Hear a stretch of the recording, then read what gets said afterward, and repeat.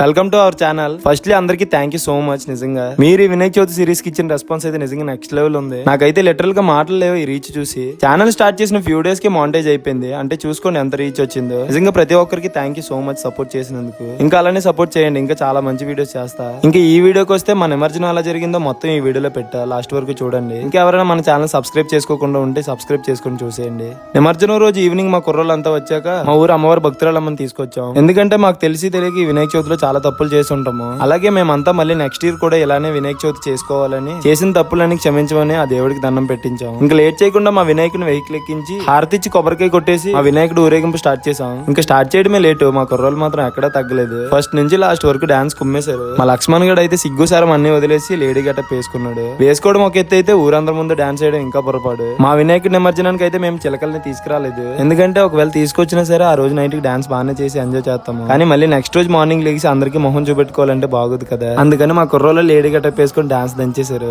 మేము వినాయకుని పెట్టిన ఈ 7 రోజులు ఎంత అయితే ఎంజాయ్ చేసామో ఈ లాస్ట్ రోజు అంతకు 2 ఎంజాయ్ చేసాం. అంత ఎంజాయ్ చేసినా సరే ఎక్కడో తెలియని కొంచెం బాధ. ఎందుకంటే ఈ రోజు నిమజ్జనం అయిపోయిన తర్వాత రేపటి నుంచి మా పందిలో వినాయకుడు ఉండడు కదా. ఆ హడావిడిలో పడిపోయి నేను వీడియోస్ అవి సరిగ్గా తీయలేదు. కొంతవరకు కవర్ చేసి ఆ వీడియోలు చూడండి ఇప్పుడు.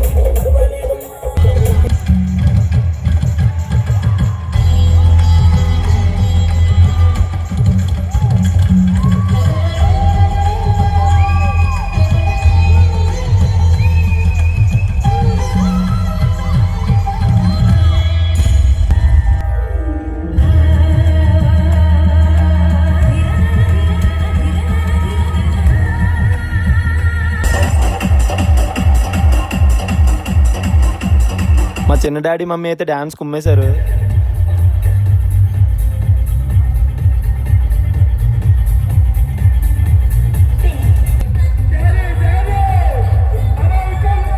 మా కుర్రోళ్ళు ఊపున్నంత వరకు డాన్స్ చేశారు. ఇంకా టైం అవుతుందని చెప్పి నిమజ్జనం చేయడానికి తీసుకెళ్లిపోయాం. ఇంతకీ మేము ఎక్కడ నిమజ్జనం చేస్తామో చెప్పలేదు కదా. మాకు మా ఊర్లో బీచ్ ఉంటది, అక్కడే నిమజ్జనం చేస్తాం. అలాగే మా ఊరికి మా పక్క ఊరు నుంచి ఇంకా మా దగ్గరలో ఉన్న ఇండస్ట్రీస్ నుంచి కూడా వినాయకుడిని తీసుకొస్తారు నిమజ్జనం చేయడానికి. టైం 12 దాటిపోక ముందే నిమజ్జనం చేయాలని ఫాస్ట్ గా తీసుకెళ్లిపోయాం. వెహికల్ లోంచి వినాయకుడిని దించి భుజాల మీద మోసుకుంటూ సముద్రం ఒడ్డు వరకు తీసుకెళ్లిపోయాం. అక్కడ కూడా దేవుడికి పూజ చేసి టైం దాటిపోక ముందే వినాయకుడిని నిమజ్జనం చేసాం.